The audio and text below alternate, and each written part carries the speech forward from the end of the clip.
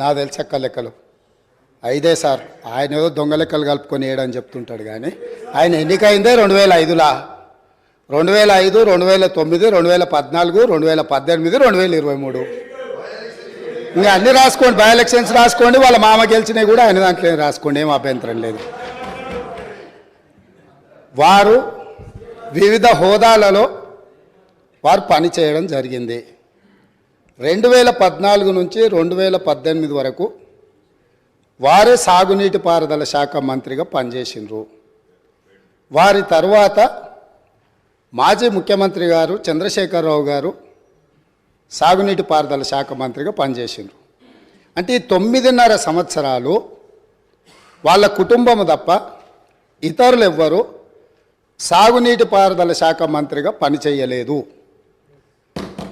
వారు ఆర్థిక మంత్రి తర్వాత ఈ రాష్ట్రం మీద ఉన్న అప్పులు కానీ వివిధ కార్పొరేషన్ల పేరు మీద చేసిన అప్పులు కానీ సంపూర్ణంగా వారి దగ్గర సమాచారం ఉంటుంది. ఎందుకంటే ప్రతిరోజు రిజర్వ్ బ్యాంకు వాళ్ళ దగ్గర ఉన్న నిల్వలన్నీ మన అవసరమైంది అనే రిపోర్ట్ ఫైనాన్స్ సెక్రటరీ గారికి ఇస్తారు. ఫైనాన్స్ సెక్రటరీ గారికి ఇచ్చినట్టే అది ఫైనాన్స్ మినిస్టర్కి ఇచ్చినట్టే.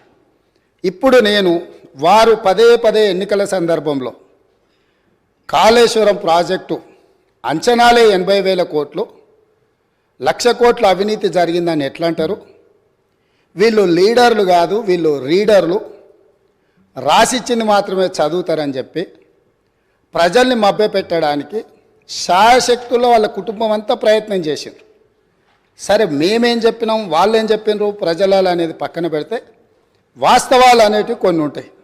ఆర్థిక శాఖ ఉన్నది. ఈరోజు ఆర్థిక శాఖకు మొన్నటి వరకు పనిచేసిన మంత్రి గారు పేజీ నెంబర్ 21 వారు చూసుకోవాలి తమరి ద్వారా, మిగతా సభ్యులు కూడా.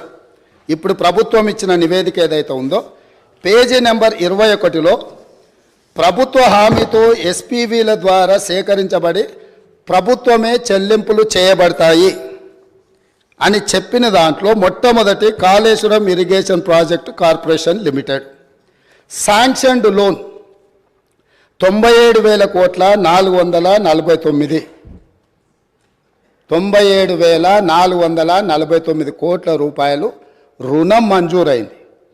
ఇందులో లోను విడుదలయ్యింది 79,287 కోట్ల రూపాయలు. నేనిప్పుడు తమరి ద్వారా ఆర్థిక మంత్రి గారిని సూటిగా ప్రశ్నించదలుచుకున్నా. మాజీ వాళ్ళు అనుకోవాలి, ఆ భ్రమలలోనే ఉంటే బయటికి పోతారు. అయితే ఈరోజు అధికారిక లెక్కలు ఇవి కార్పొరేషన్ ద్వారా లోన్లు చేయబడిన అప్పు 97,449 కోట్లు. ఇవి కాకుండా కాళేశ్వరం ప్రాజెక్టుకు రాష్ట్ర ప్రభుత్వం ఖర్చు పెట్టింది. వాటి వివరాలను కూడా తీసుకొని మేము ఇస్తాము. ఈరోజు వారు సభను మళ్ళీ మీ ముందు తప్పుదో పట్టిస్తున్నారు. కాబట్టి సభలో సంపూర్ణమైన సమాచారంతో అనుభవంతో ఆ సభ్యులు మాట్లాడితే మాకు ఎలాంటి అభ్యంతరం లేదు. కానీ సభ ద్వారా తెలంగాణ రాష్ట్ర ప్రజలని తప్పుదోవ పట్టించి కాళేశ్వరం అద్భుతం అని చెప్పుకునే ప్రయత్నం ఏదైతే చేస్తుండ్రో, ఈ సభ ఇచ్చిన అవకాశాన్ని దుర్వినియోగం చేయడం అనేది ఇది దుర్మార్గమైన చర్య. కాళేశ్వరం ప్రాజెక్టు పూర్తి అంచనాలు నేను ఆర్థిక శాఖకు ఆదేశాలు ఇచ్చిన. రేపు మా సాగునీటి పారుదల శాఖ మంత్రి గారు మాట్లాడేటప్పుడు టోటల్గా వేసిన అంచనా ఎంత, అందులో కార్పొరేషన్ పేరు మీద మంజూరైన లోన్లు ఎంత, మంజూరైన లోన్ల నుంచి ఇప్పటి వరకు వినియోగించుకున్న నిధులన్నీ, అదేవిధంగా రాష్ట్ర ప్రభుత్వం తన బడ్జెట్ నుంచి ఖర్చు పెట్టిన నిధులన్నీ, వీటన్నిటిని వివరాలను మళ్ళీ అక్కడ చెప్తాం. కాబట్టి ఇప్పుడు నేనేం చెప్పదలుచుకున్నా అంటే, వారు మాట్లాడుతున్నది లోపభూయిష్టమైన అబద్ధము. కాళేశ్వరం ప్రాజెక్టు యొక్క అంచనాలు 80,000 కోట్లు కాదు, లోన్లే 97,449 కోట్ల రూపాయలు ఆల్రెడీ లోన్లు మంజూరు తెచ్చుకున్నారు. రాష్ట్ర ప్రభుత్వం ఖర్చు పెట్టింది. మొత్తానికి వీళ్ళు వేసి అంచనా లెక్కలేస్తే అది ఎక్కడికో వెళ్తుంది. అదొకటి అధ్యక్ష. రెండవది, ఇంతకుముందు మంత్రులు జూపల్లి కృష్ణారావు గారు మాట్లాడబోతుంటే పాపం వారిని దబాయించే ప్రయత్నం చేస్తున్నారు. నేను రెండు విషయాలు ఇక్కడ చెప్పదలుచుకున్నా. ఆర్థిక మంత్రి గారే కాళేశ్వరం మీద పెట్టిన నివేదికలో, రాష్ట్ర ప్రభుత్వం ఇచ్చిన నివేదికల వీళ్ళు చెప్పింది కాళేశ్వరం ప్రాజెక్టు కట్టడం ద్వారా ఆ నీళ్లు రైతులకు అమ్ముతాము, ఆ నీళ్లు ఇండస్ట్రీస్కి అమ్ముకుంటాము, ఇట్లా ఈ ప్రాజెక్టు ద్వారా నీళ్ళన్నీ పైసలకే అమ్ముతాం, ఉచితంగా ఎవరికి ఇయ్యము. వ్యవసాయంతో సహా ఏం చూపించిండ్రు? ఒక్క సంవత్సరానికి ఆదాయం 5,199 కోట్ల రూపాయల ఆదాయం వస్తుంది. కాళేశ్వరం ప్రాజెక్టు కట్టి వ్యవసాయానికి నీళ్ళు అమ్ముతాం, పరిశ్రమలకు నీళ్ళు అమ్ముతాం, తాగడానికి నీళ్ళు అమ్ముతాం, మొత్తం వ్యాపారమే చేస్తాం. మా ప్రభుత్వం ఉన్నదే వ్యాపారం చేయడానికి. మా ప్రభుత్వం సేవ చేయదు, మా ప్రభుత్వం ప్రజలకు సహాయం చేయదు, వ్యాపారం చేస్తాము. ఆ వ్యాపారం ద్వారా 5,199 కోట్ల రూపాయల ఆదాయం వస్తుందని చూపించి వీళ్ళు ఈ అప్పులు చేసింది. ఈ సంతకాలు పెట్టింది ఎవరు? ఈరోజు అక్కడ కూర్చొని మాట్లాడుతున్న మాజీ ఆర్థిక మంత్రి గారు. ఇది మొదటి విషయం. రెండవది మిషన్ భగీరథ. మిషన్ భగీరథ మీద కూడా ఈరోజు మేము ఇంటింటికి నల్లాలు ఇచ్చినాం. అసలు మీరు పుట్టినప్పుడు ఇటు ఉన్నోళ్ళని అందరిని అడుగుతున్నా, వారిని కూడా అడుగుతున్నా. 2014 కంటే ముందు మన మంచినీళ్ళు తాగలేదా అధ్యక్ష? మన గ్రామాలలో నల్లాలు లేవా? మన గ్రామాలలో నీళ్ళ ట్యాంకులు లేవా? వీరు వచ్చినాకనే శివుడి తల మీద ఉన్న గంగను భూమి మీదకి తెచ్చి, భూమి మీద ఉన్న గంగను కాళేశ్వరంలోకి పారించి, కాళేశ్వరం ఉన్న గోదావరి జలాలను మన ఇంట్లల్లో నల్ల ద్వారా ఇచ్చి మన జీవితాలు ధన్యమైనట్టు, అదేదో వీళ్ళు అద్భుతం చేసినట్టు, అదేదో ఉచితంగా ఇస్తున్నట్టు, ఈ ఉచితంగా ఇవ్వడం ద్వారా తెలంగాణనే దేశానికి నెంబర్ 1గా ఆదర్శంగా ఉన్నట్టు ఈ సభలో నించొని, బయట రాజకీయ ఉపన్యాసాలు ఏమి ఇచ్చుకున్నా మనకేం అభ్యంతరం లేదు అధ్యక్ష, కానీ సభను మిస్లీడ్ చేసే విధంగా శాసనసభ వ్యవహారాల శాఖ మంత్రిగా గతంలో పనిచేసి ఆ అనుభవాన్నంతా ఉపయోగించి సత్యదూరమైన వార్తల్ని ఇక్కడ చెప్పడానికి ప్రయత్నం చేస్తున్నాడు. అందుకే మిషన్ భగీరథ మీద కూడా నేను చెప్పదలుచుకున్నా అధ్యక్ష.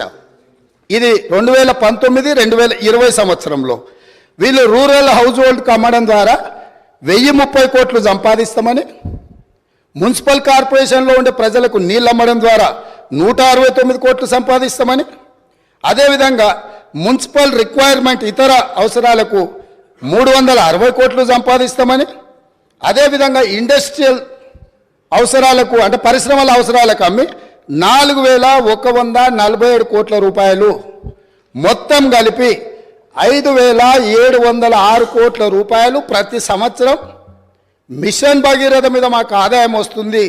మేము ఈ ఆదాయం ద్వారా మీకు అప్పులు తిరిగి చెల్లిస్తామని చెప్పి ఈరోజు బ్యాంకులను మభ్యపెట్టి తప్పుడు నివేదికలు ఇచ్చి లోన్లు తెచ్చిండ్రా? మాజీ ఆర్థిక మంత్రి గారు చెప్పాలి. లేదు, నిజంగానే ప్రజల దగ్గర వసూళ్లు చేసి తాగునీళ్లను సాగునీళ్లను వ్యాపారంగా మార్చి, వ్యాపార ఆట వస్తువుగా నీళ్లను మార్చి ప్రజల సెంటిమెంటును, తెలంగాణ ఉద్యమంలో వాళ్ళ పార్టీ చెప్పింది నీళ్లు నిధులు నియామకాలు, నీళ్ళే మొదటి సింహభాగం వాళ్ళ ఉద్యమం, వాళ్ళ నాడు వాళ్ళ పార్టీ చెప్పుకున్నది. ఆ నీళ్ల ద్వారా వ్యాపారం చేసి దాదాపుగా ఒక్క కాళేశ్వరం ద్వారానే 5,199 కోట్లు, మిషన్ భగీరథ ద్వారా 5,706 కోట్లు, అంటే 10,800 కోట్ల రూపాయలు రైతులను, పేద ప్రజలను ముక్కువిండి వసూలు చేస్తామని ఈ నివేదికలు ఇచ్చి అడ్డగోలుగా 1,000 కోట్ల రూపాయల అప్పులు తెచ్చి ఇప్పుడు ఈ అప్పులను బయట పెట్టినప్పుడు అవును మా చేతగానితనం వల్ల, మా నిస్సహాయత లేకపోతే అవగాహన లోపం వల్ల ఈరోజు ఇట్లా తప్పు జరిగింది, కాబట్టి దీన్ని సరిదిద్దుకోవడానికి ప్రధాన ప్రతిపక్షంగా ప్రభుత్వానికి సహకరిస్తామని ముందుకు వస్తాము అని మాట్లాడాల్సిన విషయాలను పక్కన పెట్టి ఈరోజు దబాయిస్తున్నారు. ఇంకొకటి అధ్యక్ష, ఇంతకుముందే వారు మాట్లాడుతూ తెలంగాణ టీఎస్ఐఐసి ద్వారా ఏవైతే లోన్లు ఉన్నాయో వాళ్ళే కట్టుకుంటారు, మాకేం సంబంధం లేదు అని, అసలు మేము కట్టాల్సిన పనే లేదని మాజీ ఆర్థిక మంత్రి గారు ఇదే సభలో అక్కడి నుంచో చెప్పింది. వారు ప్రవేశపెట్టిన నివేదిక అధ్యక్ష, ఇది నేను ఎక్కడి నుంచి తీసుకురాలే. 31 జనవరి 2023 టీఎస్ఐఐసి హడ్కో లోన్లకు వీటన్నిటికీ మేము గ్యారంటీ ఇచ్చి మేము కడతామని చెప్పి వాళ్ళు ఇచ్చిన నివేదిక. అంటే ఈరోజు ఏ కార్పొరేషన్ల ద్వారా లోన్లు తెచ్చినా పర్టికులర్గా వారు టీఎస్ఐఐసికి సంబంధించిన నిధులు మేము చెల్లించాల్సిన అవసరం లేదు, ప్రభుత్వానికి సంబంధం లేదు, వాళ్ళే చెల్లిస్తారనేది అయితే చెప్పిండో వారు సత్యదూరమైన అంశాలను ఇక్కడ ప్రస్తావించారు. కాబట్టి ఈరోజు వారిచ్చిన నివేదికనే ఇతరులు ఎవరో ప్రవేశపెట్టిండ్రు, వారికి సంబంధం లేదు, వారు చూడలేదు, వారికి అవగాహన లేదు అని అంటే మనకి ఎవరికి అభ్యంతరం లేదు. కానీ వారిచ్చిన నివేదికనే తప్పుదోవ పట్టించి ఈరోజు వారు లేదు లేదు నేను మాట్లాడిందంతా గతంలో చెప్పింది ఒక రకము, ఇప్పుడు చెప్తున్నది ఇంకొక రకం అని చెప్పి వారు మాట్లాడే ప్రయత్నం చేస్తారు. అదేవిధంగా వారు చాలా అద్భుతమైన బడ్జెట్ను ప్రవేశపెట్టినాం, మా అద్భుతమంతా చూసి దేశమంతా మమ్మల్ని ఏమంటారు మమ్మల్ని అనుకరించాలి, అంత అద్భుతమని 2015-16 కాగ్ నివేదిక ఏమన్నది అధ్యక్ష? వారి దగ్గర వారు ఆర్థిక మంత్రిగా పనిచేసిన వారి దగ్గర వివరాలు లేవా? దాంట్లో ఏం చెప్పిండ్రు? వీళ్ళు కాగ్ నివేదిక ప్రకారం ఆఫ్ బడ్జెట్ అంటే బడ్జెట్లో రాని అప్పులను తీసుకొచ్చి ఆదాయంగా చూపించి మొత్తం బ్యాంకులను ప్రభుత్వ వ్యవస్థలను తప్పుబట్టిండ్రు అని చెప్పి కాగ్ నివేదిక స్పష్టంగా ఈ రాష్ట్ర ప్రభుత్వాన్ని తప్పుబట్టింది. ఈ ప్రభుత్వం ఉద్దేశపూర్వకంగా ఆర్థిక సంస్థలన్నిటిని కూడా తప్పుదోవ పట్టించి అత్యధిక వడ్డీతో రుణాలు తీసుకొచ్చి ఈ రాష్ట్రాన్ని అప్పుల కూపంగా తయారు చేసిందని కాగ్ నివేదిక 2015-16లో ఇచ్చిన లేఖ అధ్యక్ష ఇది. అదేవిధంగా బడ్జెట్ తయారీలోనే లోపాలు ఉన్నాయని 2018-19లో అసలు మీరు తయారు చేస్తున్న బడ్జెట్లోనే లోపభూయిష్టంగా ఉన్నది, మీ విధానాన్ని మార్చుకోండి, మీ విధానాన్ని మార్చుకోవడం ద్వారా రాష్ట్రానికి మేలు జరుగుతుందని చెప్పి స్పష్టంగా కాగ్ మొట్టకాయలు వేసింది ఆనాటి ప్రభుత్వాన్ని. ఇన్ని రకాల వాస్తవాలు ఉన్నా వారికి ఉన్న అనుభవాన్ని అంతా కూడా వినియోగించి అబద్ధాలు చెప్పి ఈ సభను ఈ రాష్ట్ర ప్రజల్ని తప్పుదోవ పట్టించాలనే ప్రయత్నం చేస్తుండ్రో ఇది శాసనసభ వ్యవహారాలు నిర్వహించే మా శ్రీధర్ బాబు గారికి సూచన చేస్తున్నా. సభను తప్పుదోవ పట్టించే విధంగా సభ్యులు ఎవరైనా మాట్లాడితే ఆధారాలు లేని వివరాలను అన్నిటిగా ఆధారాలుగా ఉన్నట్టుగా చిత్రీకరించి సభలో తప్పుడు సమాచారాన్ని ఒకవేళ ప్రవేశపెడితే శాసనసభ వ్యవహారాలలో ఏ రకమైన చర్యలు తీసుకోవాలనో వాటిని ఒక్కసారి పరిశీలించాల్సిందిగా తమరి ద్వారా వారికి నేను విజ్ఞప్తి చేస్తున్నా అధ్యక్ష.